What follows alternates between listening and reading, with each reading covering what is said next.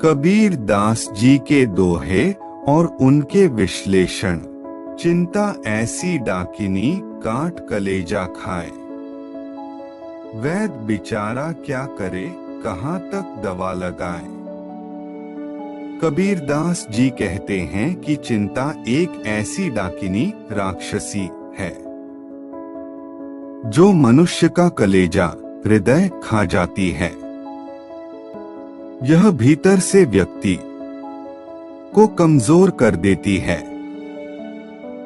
जब मन ही अशांत हो जाए तो कोई भी वैद्य डॉक्टर उसका इलाज नहीं कर सकता, क्योंकि चिंता का कोई बाहरी इलाज नहीं है। यह दोहा कबीरदास जी का है, जो मानसिक स्वास्थ्य और चिंता की गहराई को बड़ी खूबसूरती से बयां करता है। इस विषय पर आधारित दो भाइयों, आदित्य बड़ा भाई जो शांत और सुलझा हुआ है, और आर्यन छोटा भाई जो स्टार्टअप के तनाव और भविष्य की चिंता में डूबा है, के बीच की एक लंबी और विस्तृत बातचीत नीचे दी गई है। चाय पिएगा या आज फिर नींद से दुश्मनी करने का इरादा है? अरे भैया, आप अभी तक जागे हैं? बस कुछ ईमेल्स देख रहा था। आजकल चैन कहाँ है?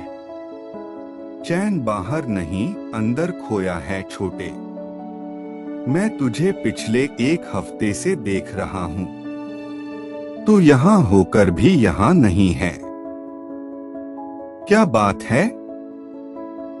सब ठीक तो है ना? सच कहूं भैया, कुछ ठीक नहीं लग रहा। स्टार्टअप में इन्वेस्टर्स का दबाव है, टीम छोड़कर जा रही है, और ऊपर से ये डर कि अगर यह फेल हो गया तो दुनिया क्या कहेगी। मुझे ऐसा लगता है जैसे सीने में कोई भारी पत्थर रखा है। कभी कभी तो सांस भी भारी लगने लगती है। तूने वो दोहा सुना है?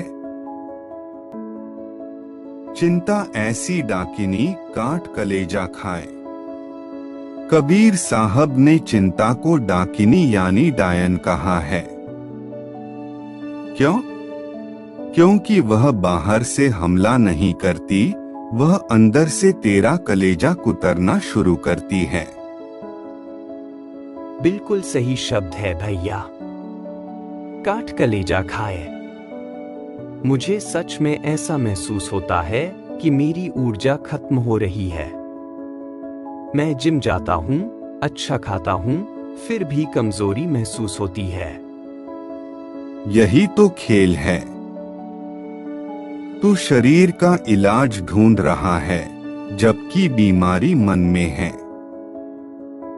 तू सोचता है कि विटामिन की गोली ले लेगा या प्रोटीन पिएगा तो ठीक हो जाएगा, लेकिन वैद्य बेचारा क्या करे, कहाँ तक दवा लगाए। जब घाव रूह पर हो तो हकीम की मरहम काम नहीं आती। तो मैं क्या करूं? क्या सोचना छोड़ दूं? अगर मैं फिक्र नहीं करूंगा तो काम कैसे चलेगा? देख भाई, फिक्र और चिंता में अंतर है। फिक्र तुझे समाधान की ओर ले जाती है, लेकिन चिंता तुझे एक ही सर्कल में घुमाती रहती है। तू आज में जी ही नहीं रहा। तू या तो कल की गलतियों में है या आने वाले कल के डर में। तूने वर्तमान को इस डाकिनी के सामने परोस दिया है।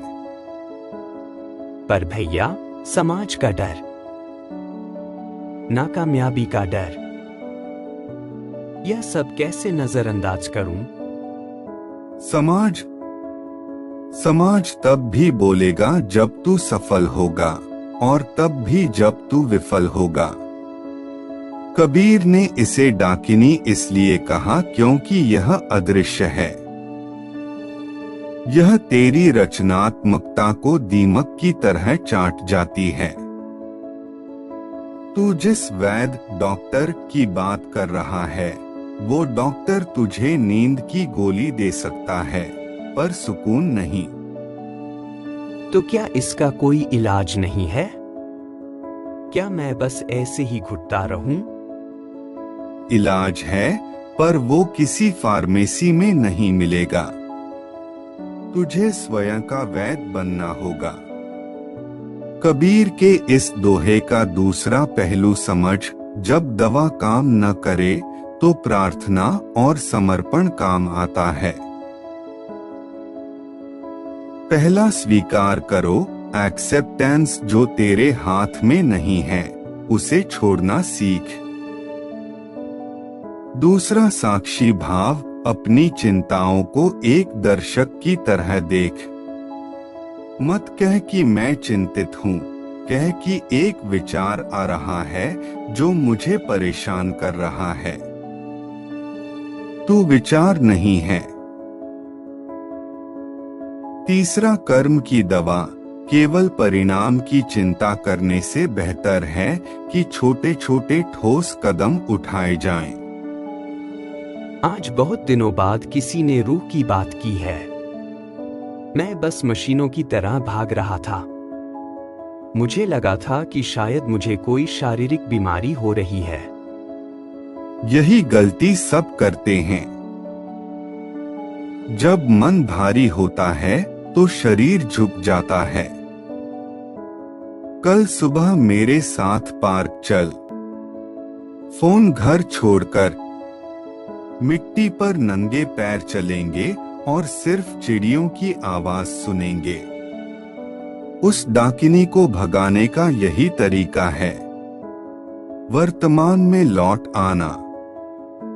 शुक्रिया भैया। कबीर का वो दोहा आज पहली बार सही मायनों में समझ आया। दवा से ज्यादा शायद आपकी इन बातों ने असर किया है। चल अब फोन बंद कर। वैद्य की दवा से अच्छी नींद बेफिक्री की होती है। भैया, आपने वर्तमान में लौटने की बात तो कह दी, पर जब मैं शांत बैठता हूँ तो एक भयानक सन्नाटा मुझे काटने दौड़ता है। मुझे डर लगता है कि अगर मेरा ये स्टार्टअप नहीं चला तो मेरे पास बचेगा क्या? लोग कहेंगे, बड़ा आया था दुनिया बदलने, खुद की जिंदगी नहीं संभाल पाया। तू जानता है आर्यन, कबीर ने जब डाकिनी शब्द का इस्तेमाल किया तो वह सिर्फ दुख की बात नहीं कर रहे थे। वह उस डर की बात कर रहे थे जो तुझे लकवा मार देता है, पैरालाइज कर देता है। तू असफल होने से नहीं डर रहा, तू उस छवि इमेज के टूटने से डर रहा है जो तूने दूसरों की नजरों में बनाई है। शायद आप सही कह रहे हैं। मुझे लगता है कि मेरी कीमत मेरी सफलता से जुड़ी है। अगर मैं सफल नहीं तो मेरा कोई अस्तित्व नहीं। इसी चक्कर में मैंने दोस्तों से मिलना छोड़ दिया, घर के फंक्शन में जाना बंद कर दिया। मुझे लगता है सब मुझसे यही पूछेंगे, काम कैसा चल रहा है, और मेरे पास झूठ बोलने की भी ताकत नहीं बची। यही तो इस डाकिनी की सबसे बड़ी चाल है। यह पहले तुझे सबसे अलग थलग आइसोलेट करती है। जब तू अकेला होता है तो तेरे विचार और बड़े और डरावने होने लगते हैं। तूने वैद्य की बात की थी ना, अकेलापन उस घाव पर नमक की तरह है। तू जितना छिप रहा है उतना ही तू खुद को इस चिंता के हवाले कर रहा है।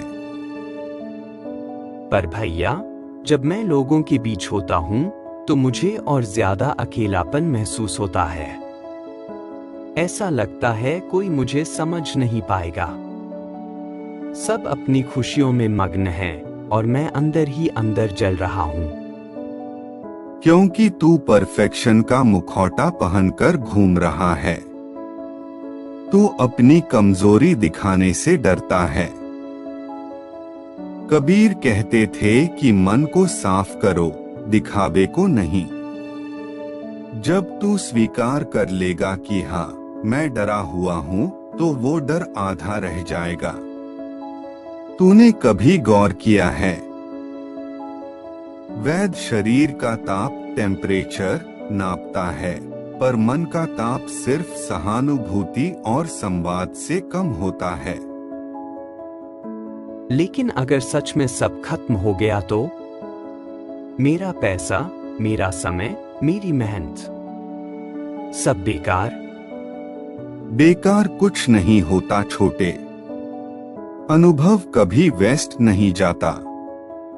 तू परिणाम को अपना भगवान बना चुका है। जिस दिन तू प्रक्रिया, प्रोसेस से प्यार करने लगेगा, उस दिन यह डाकिनी तुझे छू भी नहीं पाएगी। तू गिर सकता है, पर गिरना असफल होना नहीं है। गिरकर न उठना असल असफलता है। कभी कभी मन करता है सब छोड़कर कहीं दूर भाग जाऊं, जहां कोई मुझे जानता न हो। भागकर कहाँ जाएगा? तू जहां जाएगा अपने मन को साथ ले जाएगा। कबीर ने कहा था, घट घट में पंछी बोलता। तू दुनिया से नहीं, खुद के शोर से भाग रहा है। इस वैद की अगली दवा है मौन और आत्मनिरीक्षण। भाग मत, बैठ और देख कि ये डर आखिर चाहता क्या है।